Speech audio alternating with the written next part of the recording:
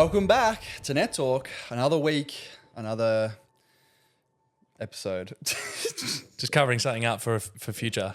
I'm Mitch. I'm Alex. Yeah, so we're just going to get right into it. Like, slay and shame.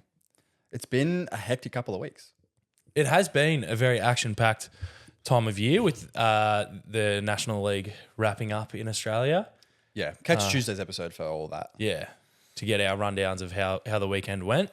Pretty good games to watch. I've got a shame, though, from last week. Yeah, I've been passed on, been given some feedback that someone was awfully rude to open the episode last week. Wow. Talking about one of his volunteer photographers, Mitchell Broom, was awfully rude to Laura, saying that she was a horrible photographer and she was woeful. But come on, half of those videos that we use for our reels that are very good, that you're doing the work behind those, yeah, they're very good. But half those videos were taken by Laura, and she got slammed for recording the back of a ref stand. But the video was done. You got the content. I did not use that video. Oh, why not? Because the rally was continuing because there was a good 20 seconds where it stayed on the ref stand. She said she was potentially distracted. Someone was talking to her and, she wasn't getting paid enough. Okay, slammed is a stretch. Wow. I joked about one clip and I also said from memory that either 95% or 90% of all the footage she took, very, very good. No, you got the podcast in hot water. We're being sued for defamation. By your partner. Yeah. Yeah. Very supportive of her. Yeah. All right, I'll cop that, whatever. That's Yeah. fine. But maybe she's got to learn to take some criticism. Oh. Okay, that's slamming. Rude. Yeah, that's rude. slamming. Outrageous, Yeah, and I will defend her. Outrageous. That's fair enough. I'll cop that one. Yeah. That's more outrageous than what I actually said last week, which was very nice. I just joked about one clip. Fine, I'll cop it. Are we doing my slate? My shame? Yeah, you can do your shame.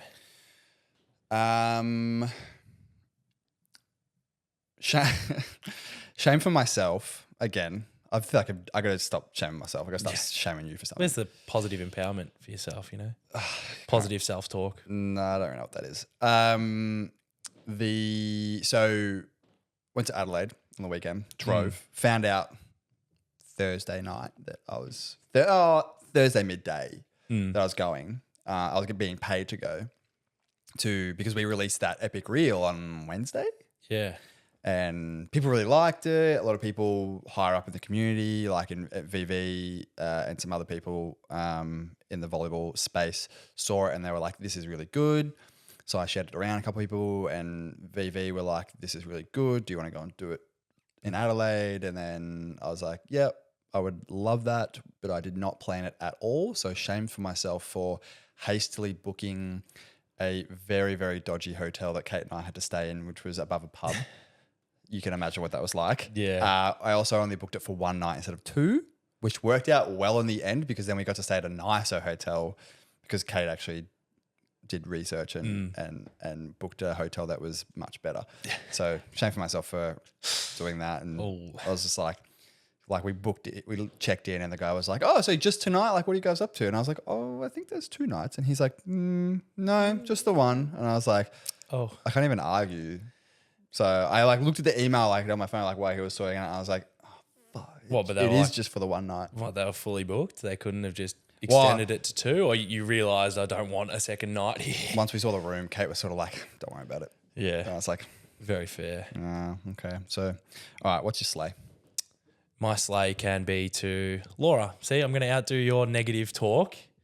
My slay is to Laura for being the best pit crew out there for an event I did on Sunday that we'll get to. We'll be covering, talking about my in-depth preparation for an event. Just years of commitment. That is such a lot. So then a lot of responsibility fell to Laura, saying, hey, if I make it to the halfway mark, I need you here with this tote bag that I filled with so much stuff. And a stretcher. Food and she was there at the halfway mark, ready for me. I was still doing all right by that point, but then Yeah, that had a lot of in it. And slay to her for being there. And I spent some time standing there recovering, which I'll get to, and she'll get more positive she'll get more coverage praise. in a couple minutes. Yeah. That's a good one. I was going to slay Laura, but you said positive talk to myself, so I'm going to slay myself for saying yes to something that I've never done before, which is I've touched the camera all of like 3 times in my entire life, and most of that was for this podcast. So now I'm doing these hype reels for Volleyball Victoria and for Volleyball Australia and some other states, and doing the hype reels that hopefully some people saw. Never really did it before. Just like said yes. It was mostly about like the fact that I had to edit on the fly, which I've never done before. Yeah, it's probably the hardest challenge is getting that workflow for something that you don't know. I've never. Yeah. So like you're kind of walking yourself through your own process. You don't have it established yet. And like didn't really have an idea of how it would be done. Like had like, you know, in my line of work, we don't really do that. We just have a studio and we just make edits at the studio. Whereas like taking, you know, a Mac to a stadium, and I'm not a Mac guy. I hate Mac. Side note. Anyways. And just like was like, all right, I got to figure out how to edit, like get the footage from the camera to the thing, to the computer. And then you realize there's like, rather than just plugging the cord in from the camera to the computer, it's actually faster to do like an SD card reader. So I was like, oh, why can't I just do it from the camera to the, it makes it easier. But apparently you shouldn't do that. So I didn't do that. And then had to like do the color grading from Google Drive, like download the LUTs that I got for the podcast and like put them on the drive and then download them. And then this whole thing, and I like figured it out and then managed to do it. And then a lot of people were like, wow, like, do you do this for like, this is good. And I was just like, that's the best praise I'll ever get. Cause I don't think I'll ever, now I have to say, yes, I actually do get paid to do this. Yeah, I actually do it now. So I was like, oh, like now I can't really say I'm an, well, I can, but. So now we can start giving you insults. Yes, I'm okay with that. Criticism is good. Yeah. But no, I was pretty like, not to gas myself up, but like considering I'd never done it before, music's always been my thing. I've never been a visual guy. I've just been a volleyball guy. And I can envision like, I want to see this person doing this action in slow motion and then going for a fast cut. I just go like, what do I want to see when I look at a volleyball hype reel, and just sort of, and then I was happy with the result. And it's good that it gels with the sound as well, like the audio aspect as well. Because it's so good to see the media side of volleyball growing, because that is what pushes a sport to grow. Absolutely. Is being able to make it more interesting and intriguing to watch, and more, making like, people more accessible. excited. And get invested into wanting to be there live to watch the big moments. Yeah. You have to have when there's not something happening, people still being involved in a sport through seeing clips and whatnot. Yeah. So being able to get that live happening as well is very good. And like, this is maybe a shame for VV, but like not really their fault. It's kind of my fault, because like we posted our reel on Wednesday night and people saw it and they were like, oh my God, this is sick. And then I found out Thursday that maybe we'll go to Adelaide. But the production pipeline on those reels is way longer than what people think. So for example, the way that I run the reel is I make the music first, because then you have something to cut the footage to time, like those action to. So in the industry we call them sync points, which is like those big trailery big hits and Brahms and brass and stuff that happen, and choirs. Like that's a sync point that you would, if you watch a trailer, like a movie trailer, you get a big scene action moment that gets cut to that. So in my head I'm like, okay, well, volleyball, there's heaps of those sync moments. Yeah, you like know, sport has those big moments. Right. Volleyball especially, there's minimum one a point. You get one big moment a point. Like like this is my experience growing with the camera, is I realized that I probably don't need to film the whole game. I could probably film 2 sets worth. Yeah. And if I film it right and frame it up right, that's probably more than enough, which I realized, and that saved a lot of SD space. But anyways, so music first. So I found out Thursday midday that I was going. I then was like, oh, they probably want like good music. So I'm like, oh, now I got to write like 3 songs in the space of like 12 hours, which I can't even complain about, because that's actually what the trailer music industry is like. Like regularly do I get 48-hour deadlines. Yeah. So I'm actually quite good at it. Does it mean I like it? No. So like, I was still just like, oh yeah, all right, like sure. So, you know, wrote the songs and then went and then had to. So I'm just saying that I was happy with the result at the end of the day. Of how that turned out. Say to myself, hopefully you guys will see a lot more reels. I took a lot of footage actually. I bought an extra SD card.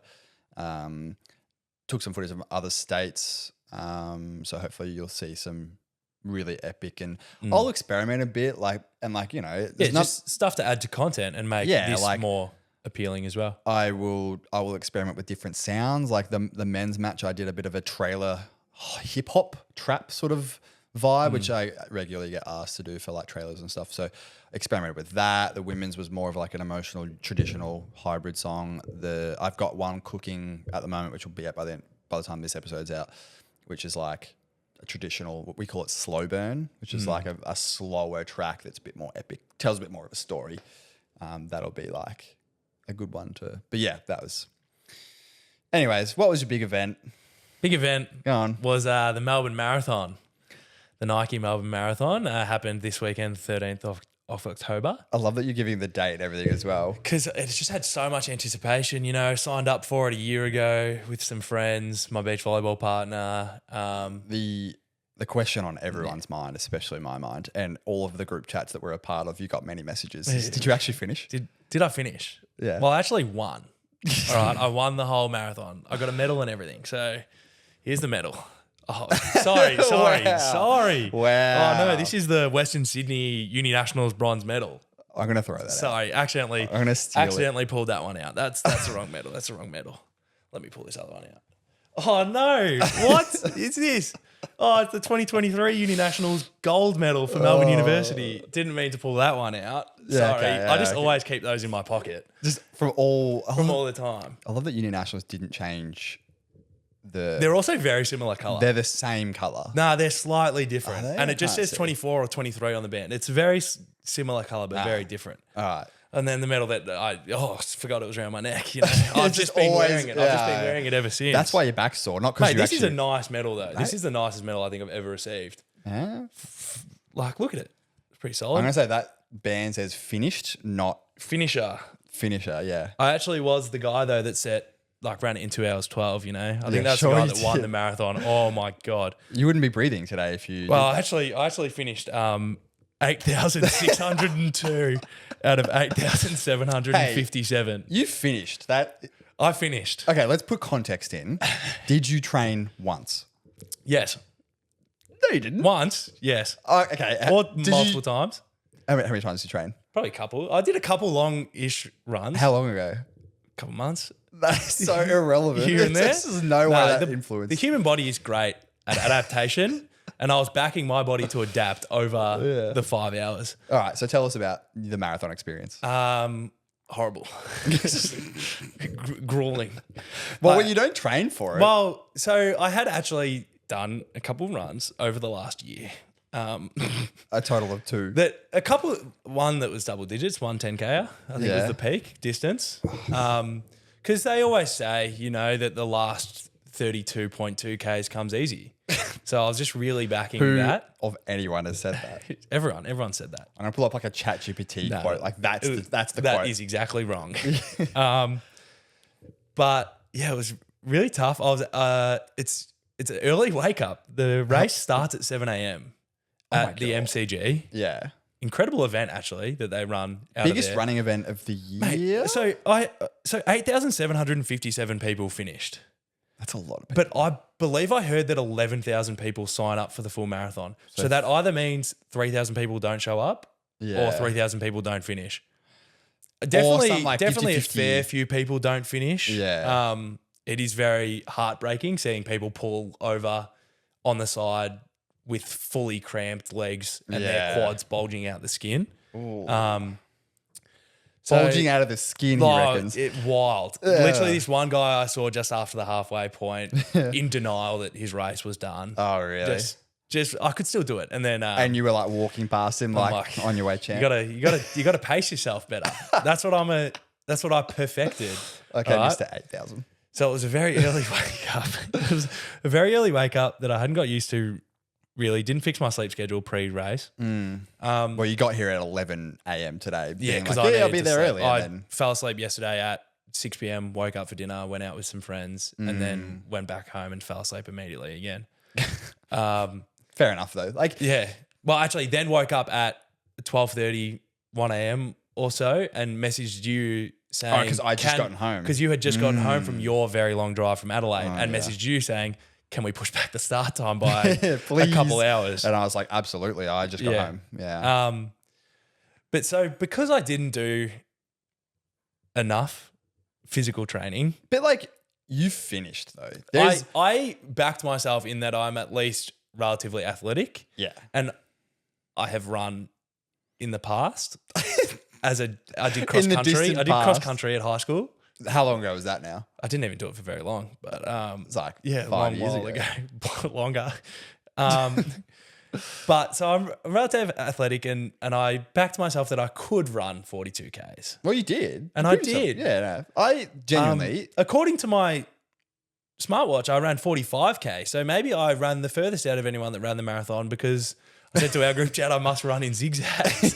Because I got so tired, I must have gone. You started getting a bit delusional. You're like, oh. Yeah. But so I had known, at least in my short 10K-ish run, those of you that are into running, I at least ran it at a relatively good pace. Yeah. I ran it at like 5:20, 5:30 minutes a K. Yeah, K. Which is fine. My friends run a lot faster. I guess a big shout out to my beach volleyball partner, Mitch, who ran it in 3 hours 40 something. That's unreal. Yeah. That's literally incredible. half your time. Yes. Crazy that, isn't it? Yeah. He's also about half your size, to be fair. Yeah, maybe I don't have the physique for running. Yeah. That's all right. Because I didn't do the physical training to the standard I probably should have. So I tried to do a lot of the intangible preparation. I tried to do a bit of a carb load, tried to make sure I was really hydrated. I had a nice bag on me while I was running, which my mates were like, that's a bit of added weight. Like, surely that's annoying. And I went, I don't think I'm worried about the added weight. I think I need the stuff that's in the bag. Yeah, so I need the sustenance to keep going. My feet actually pulled up all right. I had blister pads on them before I even got any blisters, before I even started. Yeah. I knew... you knew where you were going to get blisters. Yeah. Even though I had done a couple short runs in these shoes, a couple of 5Ks, that preps you. For 42 Ks. Yeah, okay, sure. But like, it's interesting seeing like, volleyball is such a different sport. You don't have the endurance. Like you get a break every 15 seconds in volleyball. And it's arguably longer than the time you spend actually doing stuff. Yeah. Like, yeah, what is the stat somewhere like 18 seconds in rally, whereas like 10 seconds in rally? Sorry, 18 seconds out of rally and then 10 seconds in rally. Yeah. Like if that. And even beach volleyball, I mean, I haven't played beach volleyball for a year, but like even your endurance in that over a day tournament still wouldn't be the same as a long distance run. But then it's like looking at the stats of you need like 1% of your body mass in grams every hour of running. I assume they expect that to be someone that's going to finish a lot faster. So yeah, I had an awful lot of energy gels in me by the end of a race. At least you didn't shoot yourself. Yeah, which happens. It happens a lot, we hear. Probably to a couple of people this marathon.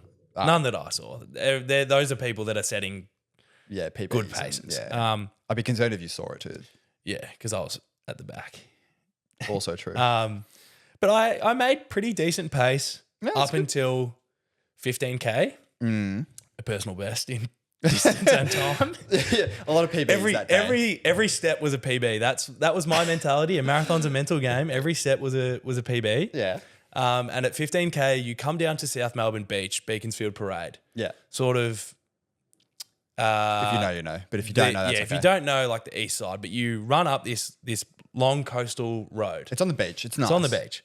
I call Laura on the phone. I probably did that a couple too many times for someone that's running, but please. Was she running as well? No. She was on the side waiting. Yeah. I was meant to be running. Yeah. But was talking on the phone. No, I was still running up until that point. Okay. And that was probably the first point there where I hit my wall. Yeah. Most cross-country runners talk about hitting the wall at 38K. And you were at like 10. I think I hit it at 16. And then, that's pretty good though. And then, because that road is you run one direction, I see Laura on the other side with my pit crew kit, my crisis kit, and a friend. And I run all the way.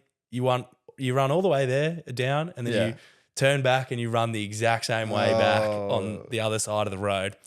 And just knowing that road so well, because it's where the beach volleyball courts are. You knew you had a long way to go. I was like, when I called Laura, I was like, yeah, can you make sure that bottle's full of water and this disgusting carbohydrate drink fluid like powder? Yeah. I was like, can you just make sure that's full and ready? I'm sure she wouldn't have given you a half empty bottle. I'll be there. Yeah. But I was like, I'll be there. there soon. Yeah. Thinking, all right, I know I just have to go up and back.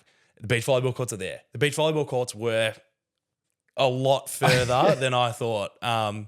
They were really down the beach. And then I think that was the first time I didn't walk. I stopped to like a really slow like walking. trot. Yeah. And then came back around, had a little bit of a walk, saw some people from Renegades that I'd seen, and then kept on going. Had probably a bit of a long pit stop for someone trying to finish before the deadline of the close of a marathon. What was the deadline? So you had 7 hours. Yeah, 7 hours. Yeah, so you had to finish by 2 p.m. Yeah, okay. But my deadline in my head was also that day was getting very hot. The longer you were out in the sun, it started to really was it bear mid-20s? down. Yeah, mid-20s, but the UV sort of kicked up around that 11 a.m. time. So I did a pit stop, stopped, and for like half an hour? Had a banana. Nah, it would have been maybe 10 minutes. Okay. Had a banana, had some drink, and stood there, did a little stretching, and then went on my way. And I felt actually good. Okay. And then I sort of slowed down, saw the halfway point, and was like, "Oh, this is tough. I'm only halfway." Because my cadence slowed. It's really funny because I wore the smartwatch. You can see all the stats, and you can see it. And my grid is awfully interesting. Seeing my heart rate just skyrocket, be consistently high. Came down back to probably an aerobic level this morning here and there. Yeah. But it's just the fact that like my cadence was pretty solid and consistent for the first, you can see 2 hours, and then it starts plummeting, skyrocketing because it's like the stop start, like when because I was very I felt very healthy, and I actually didn't feel fatigued per se, like I do in volleyball. Like you get a bit puffed out, but I didn't feel any of that. I just felt like my feet were starting to cramp a little bit, and like I was slowing, and just like my brain was like, stop running. So then here and there, I like had a bit of a stop and walk, and I think at 28 Ks, I was like, at 27 Ks, I was like, all right, I'll walk the next K, do a bit of stretching, try and get different muscles in my legs to activate rather than just my calves and ankles, because maybe my running technique's not incredible. Yeah. And then at like 28 Ks, I was like, all right, I'm going to run to 30. And I think I made it 200 meters before I was like, okay, I'll walk a little bit longer. And then so I sort of did a bit of went down the slow route. Yeah. So the Melbourne Marathon, because they shut down such a long coastal road, they only shut it down for people that are running faster than 5 hour pace. And so to divert.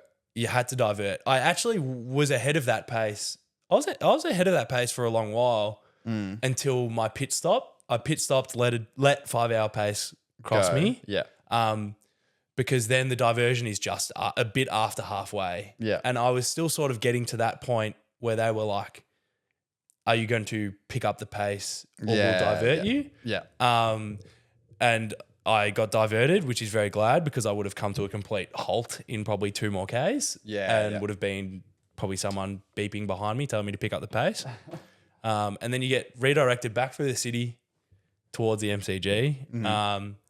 Probably not like, I mean, my friends that run a better pace probably critiqued the marathon in that it probably needed more water stops. Oh, really? Yeah, because there was probably a few too many Ks between them towards the end of a marathon. Maybe you only get the water stops if you're in that 5K bracket. Yeah, well, no, they were in the 3 hour bracket, the 4 hour bracket. Yeah, and they were like, there's no water between 35K and 39, but really like there should probably be a little bit more. Like every couple of it's probably a bit of a jumble that there's so many different distances going on in the same festival. There's full, there's half, there's 10, there's kids fun run. Yeah. Like I'd love to see how many thousands of people run it. Yeah. Run in some event that day. Yeah. And then got towards the end, rest was up and down in when I was running and when I was walking versus a couple times I willed myself to at least do a little bit of like a shuffle, like an old man jog. Did get overtaken by an old man who had perfected the old man shuffle jog. So you were just like, I'm going to mimic him and follow in his footsteps. Yeah, and I was like, it must work.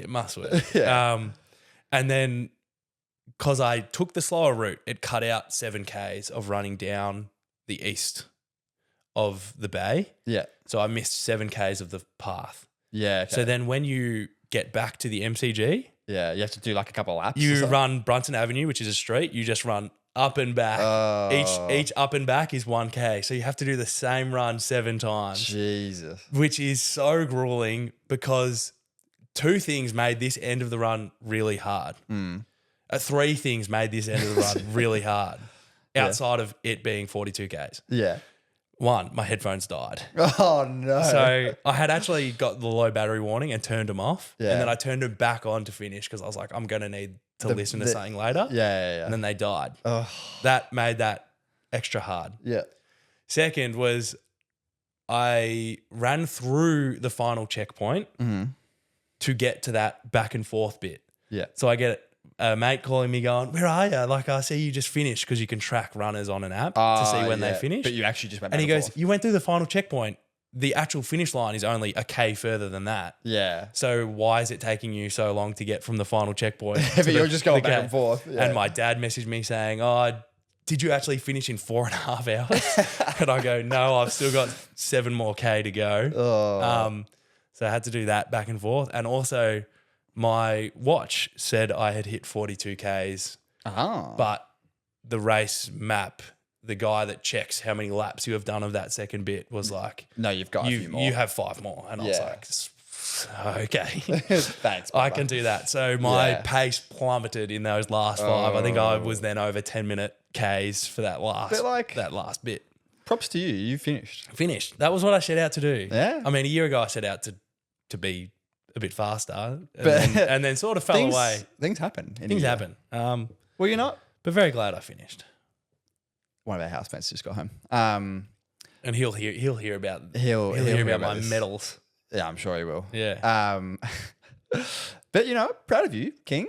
Marathon King. Well, not really, but like you finished. And my body has pulled up all right. This is the day after. This is the day after. Yeah. So I ran it yesterday. He actually has been walking through the house and not been complaining too much. Well, hey, my friends that ran it way faster, they're way sorer than I am. But they did run it way faster. And in 3 hours. I was hydrating the whole time.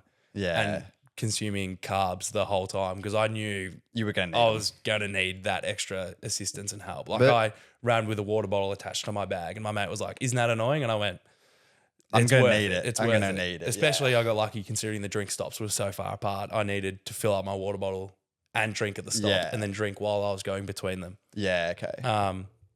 But like I was worried that like my feet were cramped up at the end and my calf had a bit of soreness and now my upper back's a bit sore today. But like, what did you expect? So you ran in 42 Ks. Yeah. But the human body's built for endurance, especially mine. I was going to say, definitely not yours. I'm built for endurance. When I think of long distance runners, I think short. Like Mitch McComb. Yeah. I mean, I think of sort of slimmer individuals than myself. A little lighter. They're not having they're not carrying 100 kilos.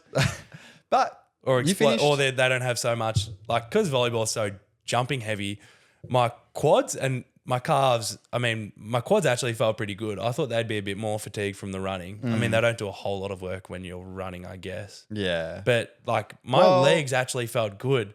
It was just my feet that were a bit crampy and sore because they're not used to being at a slight incline in runners and also having to do so much work pushing off the ground at like the ankle. Like volleyball, you have like such stronger legs, but it's about like how long can you stay on those legs for? Well, so that was my weekend. That was a long talk about a marathon. It's important. No, fair enough. No, if anyone gets out to do one, maybe run a little bit more. Maybe train a little bit more for it. Or just keep getting all the high tech. Good runners, good food, good everything. High tech. Yeah. No, fair enough. Invest in yourself. Yeah. Well, you could argue that investing in yourself means like training. Yeah. True. Do you regret not training? A little bit. I was a little frustrated with myself because I felt like I could still Do it. keep running. I was yeah. like at certain points, I was like, I feel like I can run, but then like I You just tried and you just couldn't because like mentally I was still there, Yeah. and it felt like my legs were still mostly there. Yeah. But it was just like to make Pushing the distance, past that barrier. Yeah. You would have done twice the distance driving to Adelaide and back. How was your trip? Yeah. So, yeah, interesting. I alluded to it earlier, like, you know, going to Adelaide. So, Kate and I drove.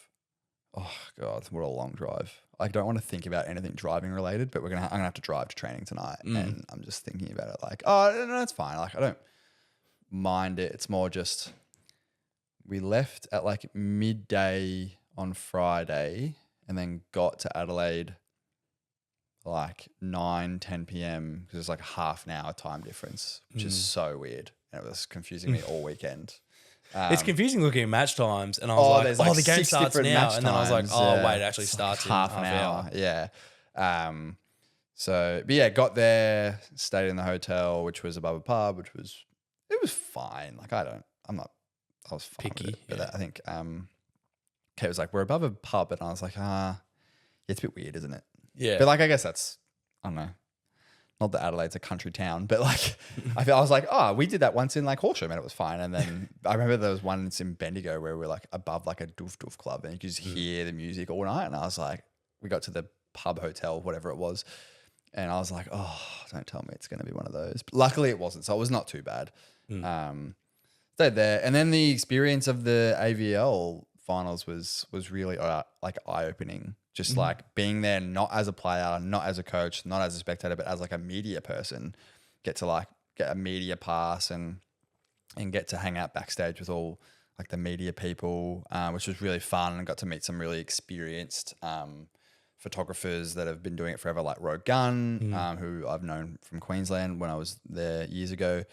And that was really eye-opening and like learning about their sort of ways to, you know, shoot the sport, and they're very photography heavy and I'm videography, but still like learning because like I don't know the first thing about videography. I just know like what the end result is and what I want to get out of it. But I was really happy with the footage that I ended up taking. But my God, it's so much harder than I expected, purely because of like the contortions I have to put my body in to sit behind those media barriers and like shoot from like a low angle. My knees a are marathon cooked. for your body too. Just always we both did marathons. squatting and standing and kneeling and genuinely my knees and my legs are so sore. And like I don't know if anyone knows this, but I didn't know this, but cameras are bloody heavy. Yeah. Like that camera. The lens is bigger than the camera. It also throws off where the weight is. No, it does. Like you're holding the back and it's like trying to lift something that's on a long stick, like top which is heavy. very... Yeah. And it probably weighs like between 5 and 10 kilos. Because I'm thinking like 5 kilo dumbbell and like that feels heavier. Unless I'm just weak as, which is highly likely. Yeah, that one. Hey, well, be careful. And so I'm holding it in this, because I'm trying to shoot vertical, which means I got to hold the camera on its side. So now I understand like there's these rig cages that people buy for their things, but like I'm not throwing thousands and thousands of dollars more than I already have at the camera hobby sort of thing, and with the podcast investment into it. But I understand why they get them now, because I'm holding this camera like this with my fingers and the cramping between my fingers holding the lens for like 6 hours. Oh my God. Who cramped more over the weekend then? Me or you? Probably me. To be honest. No, I don't know. But for those who saw like the highlight videos I did and the two men and women's highlight reels for the Vipers and the there's one more that will be out by the time this episode's out. But yeah, let me know what you think. I'm just playing with it. I'm just having fun with it, trying to see like what people want. Like I see a lot of the Nebraska videos and their media like sort of short form stuff, and it just looks sick. So I was just like, I just want to give that a go and see how it is. Was the 36ers arena in Adelaide? Yes. Was that stadium maybe too big? It was a little bit too big. A lot of empty just seemed seats. like it spread out the crowd. Yeah. And when I was watching from home, I did get to see you just wander the back of the frame an awful lot, which I Was I? liked seeing. Yeah, It was funny because I was stepping told, over seats and I was told like, unless I was in the seating area, to not be around the court in frame of the cameras, which I think I don't think I was. no, I just saw you in that. But I was back in the stands a lot. Yeah. Yeah, there was not like, Because I think I actually must have got it wrong in a previous episode. I thought there was a junior tournament around the time of finals, but it had already happened a few weeks ago. There was But nothing that was there. a big benefit of last year in Bendigo. Bendigo's Red Energy Arena was still you know what? Actually, a larger it's arena. a similar size. Yeah, similar.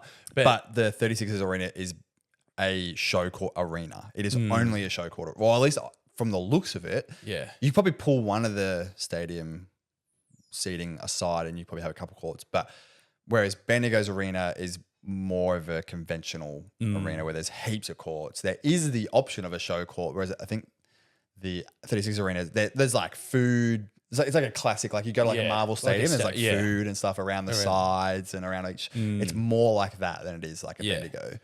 But yeah, there was like, but to be fair, there was no Adelaide teams playing in the gold medal match, so I think that would have maybe thrown away a little bit of the local crowd. Yeah.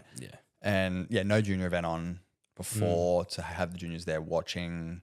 It was like, there was a couple of games where there was a decent crowd, but a good amount of games didn't have a whole lot of people. So yeah, a little bit of a shame, but that is just a volleyball thing, I feel like. Except for in the international leagues we're looking at where they're getting 10,000 people at their games. Well, if it's in Europe, people are watching, like especially. It's crazy. But like, I think there's lots of big steps in the right direction for it, for volleyball in Australia, getting up there in terms of like hitting those marks and having it be more of a showcase weekend, gets a few more people. I'd love to see like streaming numbers. I think a lot of people were watching on SBS. Unfortunately, a few technical issues there, like opened with no mics for commentators for like a couple minutes and audio cut out a little bit in the middle. Yeah, I heard about all this, but like it wasn't really my place to go and tap them on the shoulder and be like, hey, this isn't working. Oh, it's nothing you can fix in the moment. I assume it's just a connection issue at some point.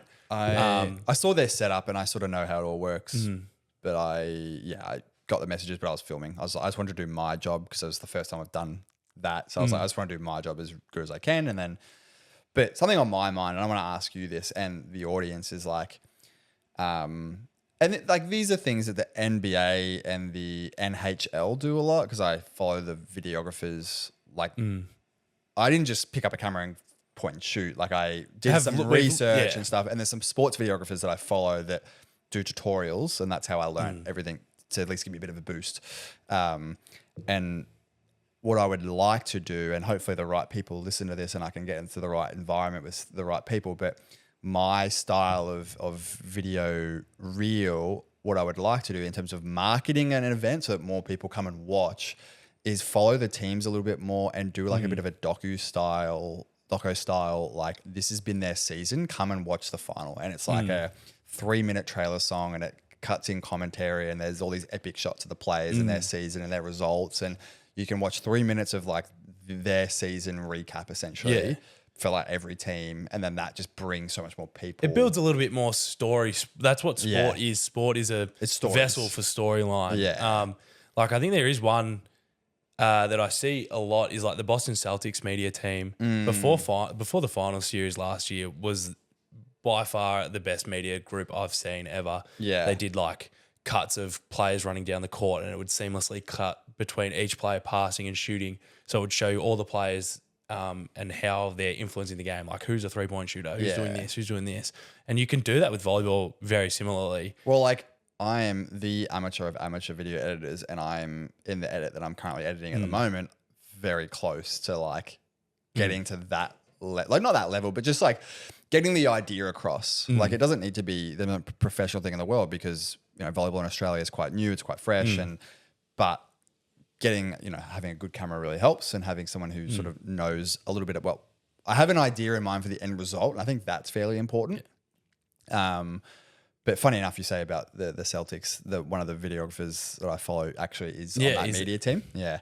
And he did a couple of tutorials on like how he cuts those shots in. So I'm just like, oh, sick. Because there's stuff you track. Like I think in the basketball one I saw how it was done, and it was you track the court because the camera pans over the court. Volleyball, unfortunately, it's the court's so small, it's always the same area. Yeah. But you can track the ball in one of the reels you made. Yeah. You cut between people's service routines because everyone has the ball in a similar spot when they're serving. So you can cut between a Carly Hines going to jump toppy or like her rolling the ball in her hand to Dil Lucchesi to someone else. And sort of that is that flow, like the story can follow around the ball. Exactly. And like something that I personally got really good at the cost of my hand cramping up all the time is actually tracking the ball. And like, I think that helped being like no offense to other videographers that try and film volleyball, but knowing volleyball and knowing the flow of the game, like I sort of can preemptively go, for example, like ball comes over, bad pass, setter's coming up, squaring to position 1. I know the setter's setting to position 4. Sorry, squared up to position 4. But the setter's in run because that's where the pass is, right? So it's like, okay, I know that ball's getting set out there and then I know it's hitting. The hardest thing to track is a hit after the hit. Yeah. Because the amount of times I've like flogged the camera to the defensive team, but that hitter actually got blocked and I've just lost the ball. And I'm just like... Or it comes off a hand or they cut it back or they tip, like sort of just so much. But something that I learned that you can do in the editing process, and people will probably see this in the edit that I'm doing right now, is that I actually found it, you don't have to tell a rally-based story. Yeah, you can keep the frame on the hitter and then wait till the ball to come back, and if it's a free ball or whatever, and then when you know that ball goes high for the defensive touch, then you go back to the setter. Yeah. And you can kind of cut those plays in so that, like, let's say I've got footage of Roshi getting a really good dig. Well, I can cut that in and make that flow as if it's the same rally or the same. Yeah. But like dig, set, spike, but they can be from different like points in the game. Because it's not about telling the game story, because otherwise you just watch the game, right? But this is about like the highlights and the storytelling and that's why I like all the slow-mo stuff about like preparing to serve and doing your pre-passing routines. Like Roshi has the most serious and stoic game face. Like she like pulls up her sleeves and I've got that in like 4K 20 Yeah, I was going to say, we did slow-mo. Joke. There's not a whole lot of big celebrators at AVL like across all the teams.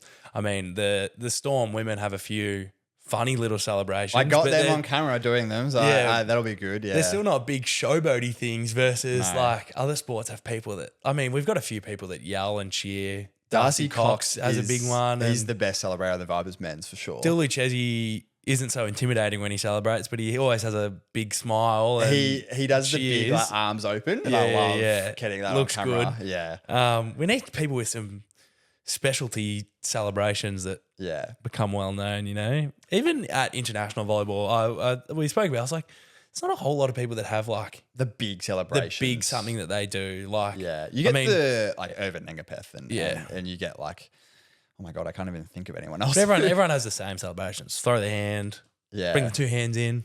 But like it's still cool to get the big emotional moments on camera. Like Eliza Carly Hines had a really great celebration when she hits a massive kill, and it's really, and so does Arwen. Arwen has a really good celebration, which I cut into the edit. I did at Adelaide.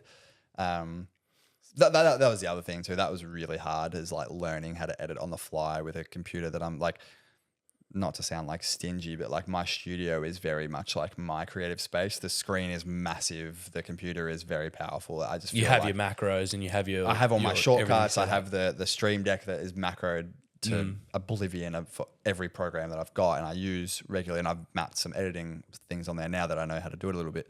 So going down to a Mac, really rudimentary, and like figuring out how to do it, I was just like doing it in iMovie. Stick figure animations, no, you know, quite. Come on. The old PowerPoint, like press the thing really fast. Stop motion, you know. Yeah, no. So that was challenging, but that was good. But then, going for the gold medal matches, they started around like 2 or 3, and then I think they started at like 1, and then I sort of was getting to the end of I'd taken a lot of footage of the men's one.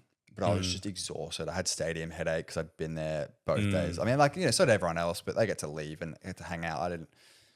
to be honest, I didn't eat very well or drink at all like the whole. So I was just exhausted. You weren't prepped. You got to get your carbs in, and you've got some spare energy gels. I'll give them to you for next time. Oh, it's a bit late now. So just made the decision, like 8-hour drive home.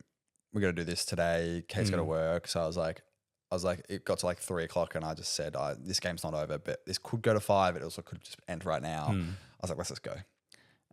So I ended up driving back and getting home very, very late this morning, and pretty tough drive to do when you're exhausted and it's nighttime and you've just got cruise control on, but stay awake and stay alert, like take a lot of breaks, which obviously prolongs the drive, which is kind of like annoying because you just want to get it done. Yeah. But we've done a couple long drives, or you've done a couple long drives recently. The one to Canberra as well for uni nationals is pretty far. So it's just that one was just tough because it was like I did it by myself, and that was like the same distance. But this one was just tough because it was at night, and it was good because it kept me more alert because I knew I needed to be alert.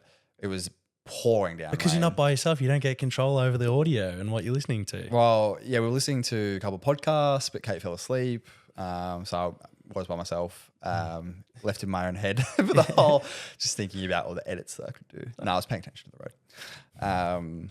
So yeah, that was our very, very. Yeah. That was why. Actually, a lot of parallels between that and what I was doing, because I was in my head. Yeah, when I was in my head by myself for a very long time as well. So we learnt a lot about ourselves over the weekend. Yeah, I had a very nice old man talk to me on the train ride home because I got the train home after the marathon. He goes, "Hey, you didn't get picked up? How you feeling?" Nah. Oh. He said, "How you feeling?" And I said, I did. Move. That was a win." And he goes, "Did you have because when we was talking, he goes, "Did you not run with anyone?" That was pretty. That's a tough thing to do, not to have someone with you, because a couple of my friends, well, actually one of them ran by himself, but another one ran with a friend, and he said it helped a lot. And so I did have one lady at sort of just after the halfway mark, just like gesture for me to keep running when I slowed to a bit of a saunter, and she was like, "Come on, you got a couple more Ks in you," and I was like, "Oh, okay."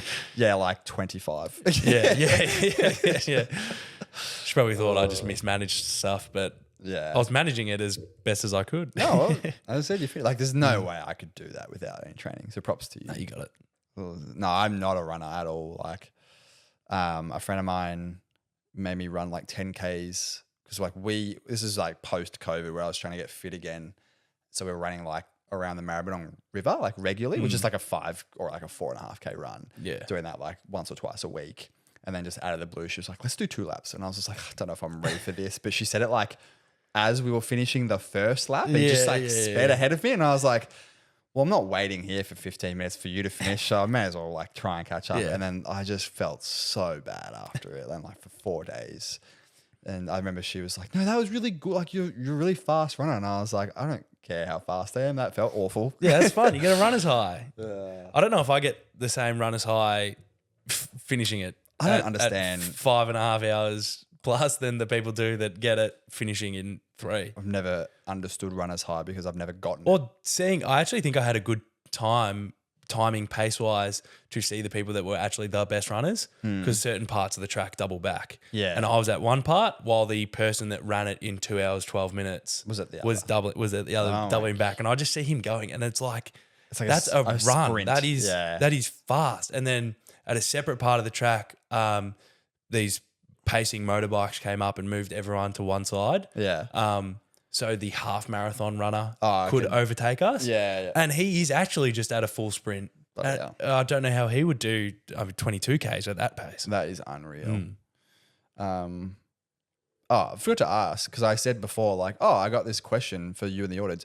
Do you reckon a seasonal thing would be cool? Like, do you reckon that would be like something that the league not needs, but like something that would bring in more fans of like oh my God, there's this high level volleyball that's being played that has got this very serious sort of marketing campaign. Like, do you reckon that's needed, or do you reckon like a bit more preamble before the season? Like the Celtics being like a hype reel towards finals, like a road to finals sort of I always think Australian volleyball needs probably a little bit more of a pre-season. Yeah. Like the international leagues have a pre-season comp and they between the top 4 teams. Yeah. Like bring that back a little bit more to give what has changed in these teams. Like a trades, season drops. opener. Yeah. Have a little bit more behind it than that and have separate events And then they could tracking where players are during the off season. Yeah, and then they could use footage from that to hype them up during the season, or they could even use footage from the previous. Because you don't, I mean, that's why then if you're doing a pre-finals hype reel, you're not just using video from round 6. No. So you're using video from round 1 through 6. Yeah. So probably need to find ways to,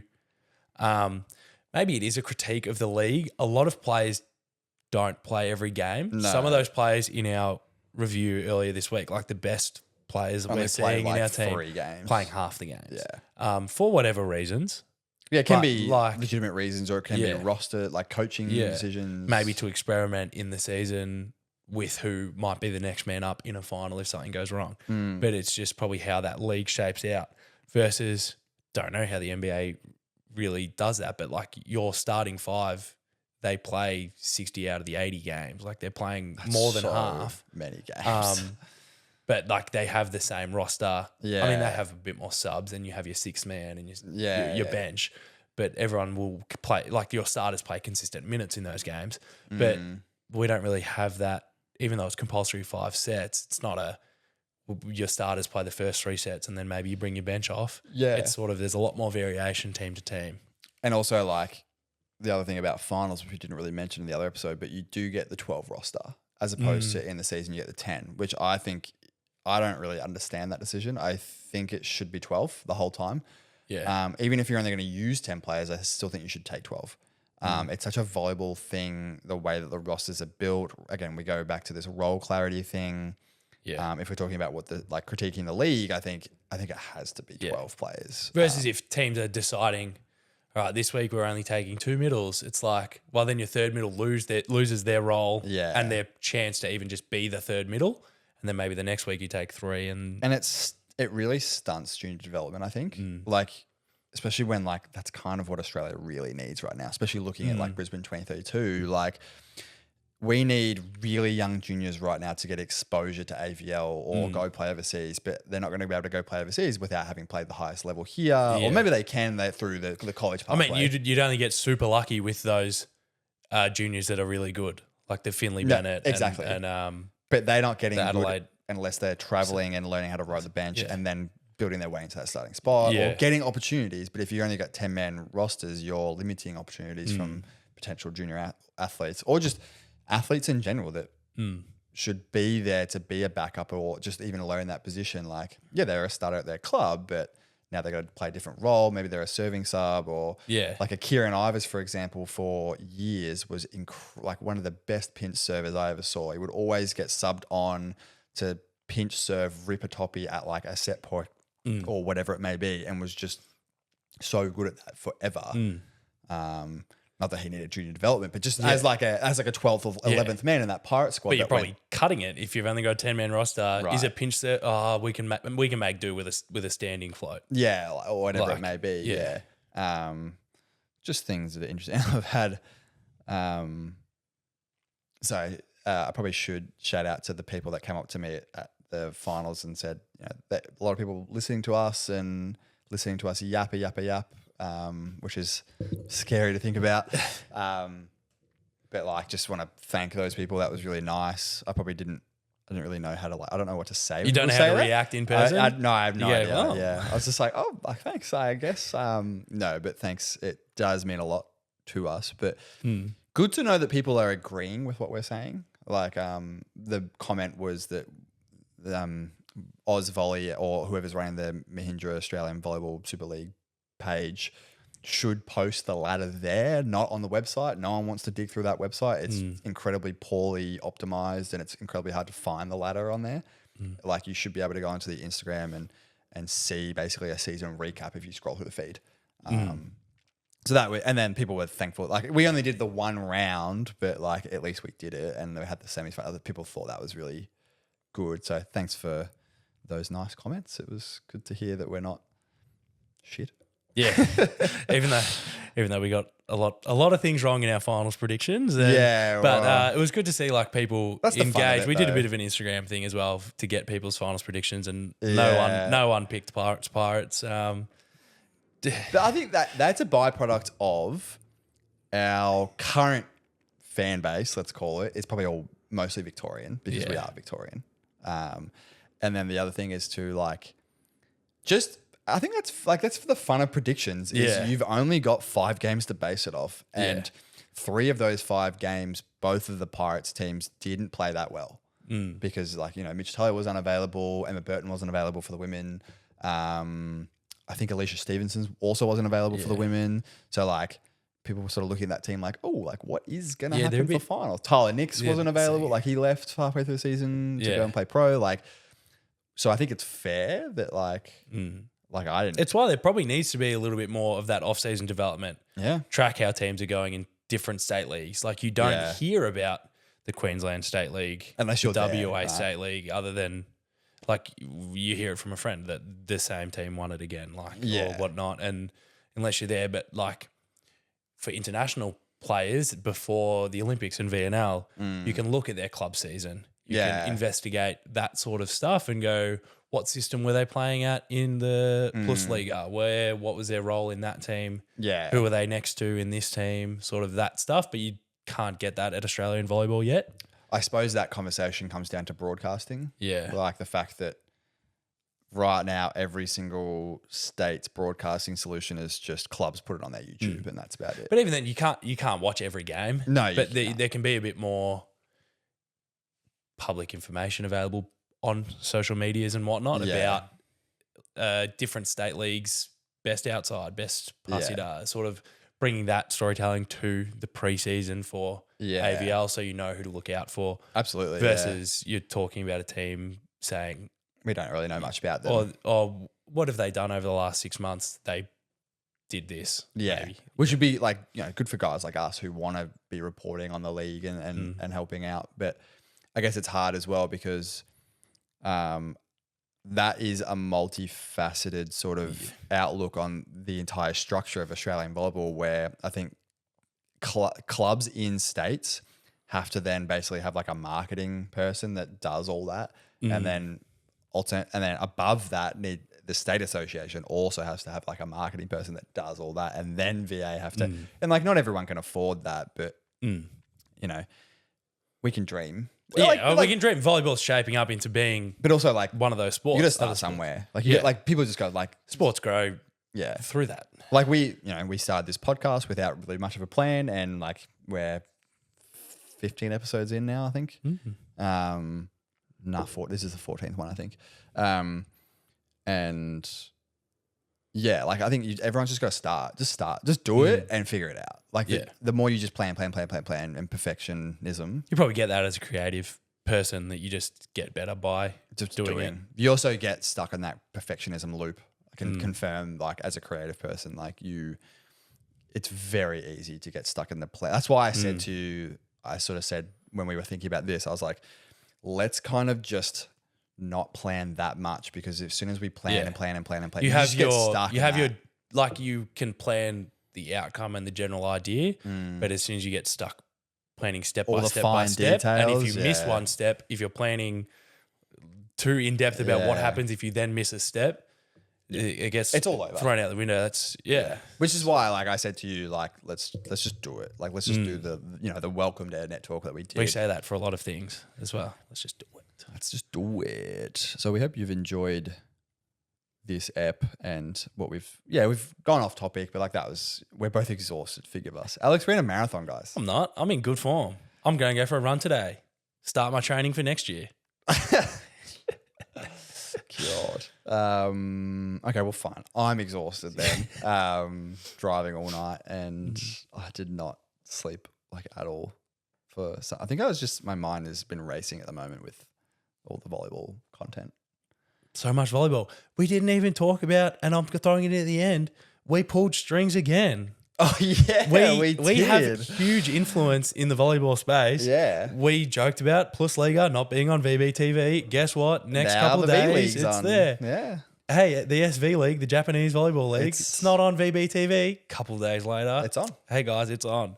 They actually caught at least the opener for that. So, that league that's hadn't true. started yet versus the first round is all on there and everything. So, I watched one of the games, actually. Yeah. I watched a little bit while Kate was driving, and not got motion sickness, but just felt a little bit queasy. So I was like, oh, this probably isn't the greatest. Not the great watching time to volleyball watch. on like a small. But it's so screen. good that it's finally all on one space versus Yeah. Australian volleyball is a bit hard to find on SBS On Demand. Maybe we should just be the volleyball world of Volleyball Australia. Like, let's just broadcast everything through us. Are you ready for that? I'm not ready for that. Yeah. Nah. We'll stick to talking about it Yeah, we'll stick to yapping about it for now. and yapping about all the other stuff that's not volleyball. Yeah, like a marathon. Like a marathon. Marathon and volleyball are the same area. You know? Nah, it's really good. Oh, I was like, That was what a was tough that noise? All right. Well, yeah, we hope you've enjoyed this yap sesh. Now that this is an important question, and if you've stuck with us for this long, please jump into the comments or the footnotes or whatever the comment section of whatever platform you're on, or Instagram even. Now that MAVSL is done, what league or topic or because we've got our long form episodes, which are Fridays, which is what we're doing now, and we've got our Tuesday episodes, the shorter ones. What do you want to see there?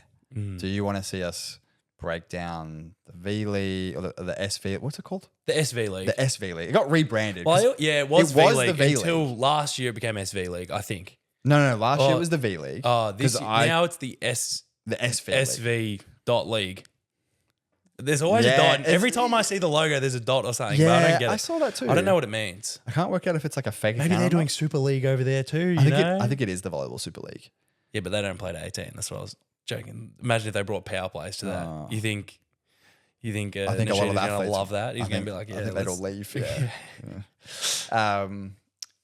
Yeah. What do you guys want to see? Because those are the shorter episodes. We want to bring a bit more information to those episodes. What you want to see us analyze in those shorter forms, like maybe Or- what's happening or what you want to see us talk or about. season breakdowns, game breakdowns. We have our own ideas. We're still umming and ahhing about the Olympic gold medal matches.